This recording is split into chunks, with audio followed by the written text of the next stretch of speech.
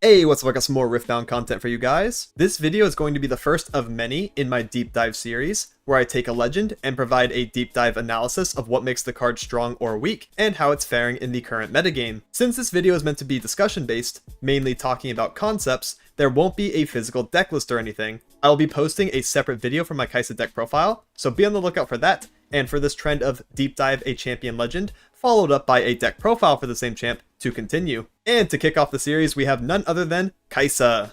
So the first thing we should talk about is Kaisa's legend card itself. Starting off with her passive, you can tap her legend card in order to pay 1 power, or recycle, cost of a spell, allowing you to basically cheat the intended downside of powerful spells. And of course, you can make use of this ability on your own turn, or on an opponent's turn. Basically, where other decks have to actively go behind in runes in order to play strong spells, Kaisa gets the privilege of doing it cheaper, or even for free. The main reason why this effect is so powerful, even just on paper, is because Kaisa can keep up pressure and momentum throughout the early and mid game, while arriving at her color's top end swing units quicker and more efficiently than her non-Kaisa opponents. Which is a perfect segue to the next topic of conversation, and that is her color combination.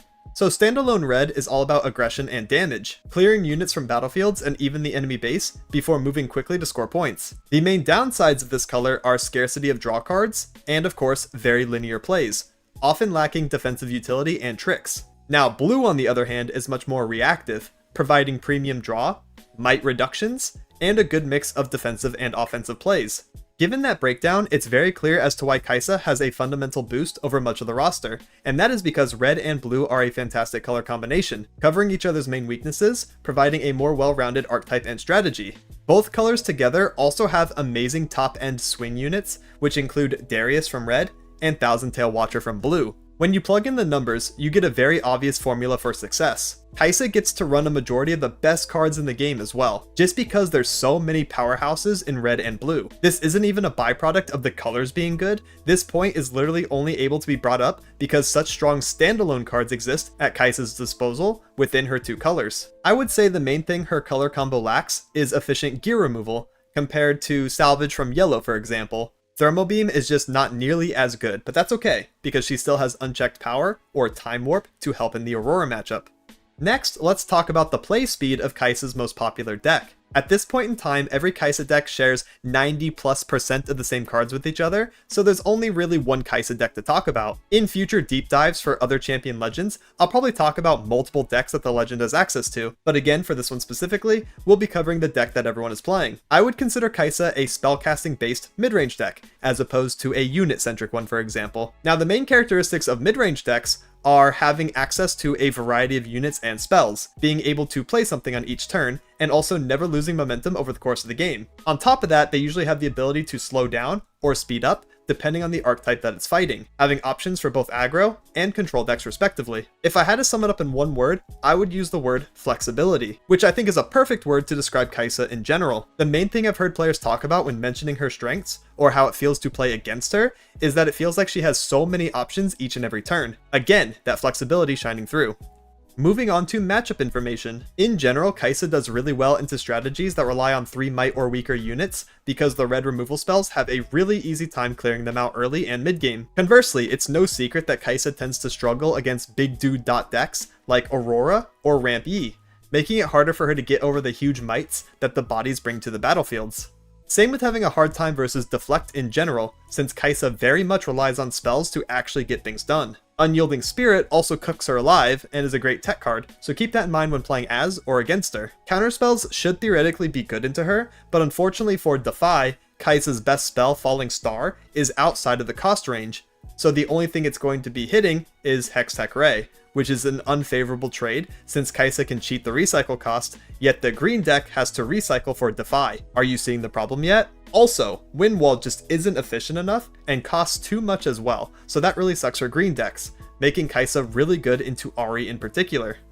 Next up, I have some piloting tips to help you understand Kaisa a bit better. The main thing you're going to want to do every turn is ask yourself, how do I maximize my pressure? Think about the best possible combos you can do with the runes you have access to. If you have a key spell in hand, even if it costs 1 rune, like Hextech Ray, make sure you save that rune for your opponent's turn, Or if you don't save that rune, make the conscious decision that it's okay to do so. Spend the rune in order to play something else, and tap out, leaving yourself with no runes on your opponent's turn. This decision is such an important balance to maintain, not only for Kaisa, but for the game as a whole, trying to allocate your resources accordingly and prioritizing what you want to do versus what you have to do. Another tip, make sure to keep your Ravenbloom student up and utilize the big might you can make him have by chaining tons of spells together, and then all of a sudden, he's a big swing unit for the turn with the same potency as something like Darius. Ravenbloom usage will separate good players from great ones. Although, keep in mind, because Kaisa has so many options at her disposal, that means there is also a lot of room for misplays, or at the very least, misinformed plays, and with that, more chances to throw a potential win. She's not as autopilot as you'd expect, especially if you're new to the game or new to card games in general. She has some nuance, but once you got it, I'd say you have it down pretty easily.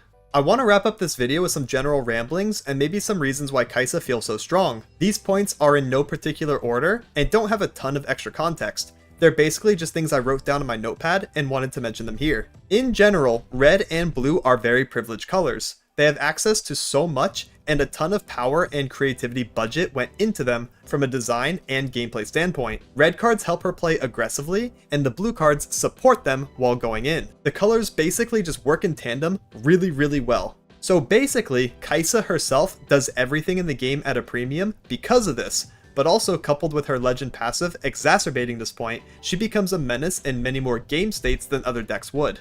She has, by far, some of the best early game in Ravenbloom Student and her spells, access to the best mid-game swing turns, and the consistent draw and momentum to get there.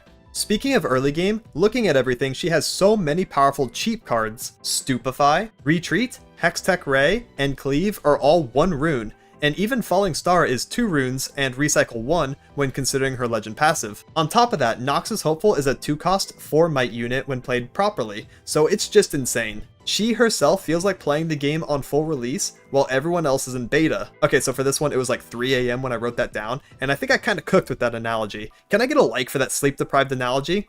Thanks. There will definitely be more in future deep dives. But for now, that is the end of the video.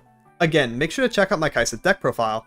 I'll be posting it soon as of this video's recording, but if you're watching in the future, it should already be out. Please comment below who you want to see a deep dive and deck profile for next. The highest upvoted comment will be the champion I choose for the next couple videos, so you have the power to dictate this video series. While you're commenting, please, again, drop a like and hit the subscribe button if this video helped at all, or if you want to see more. You have no idea how much those small things mean to me. And that's it for this one. Extra shout out to the patrons on screen. Much love and thank you for supporting. Aside from making YouTube videos, I also stream on Twitch. Check me out over there for live gameplay and Yap sessions. I plan on doing community Riftbound tournaments in my Discord server as well, so feel free to join in to catch those events and when I go live or post videos. Thank you so much for watching and have a good one. Laters.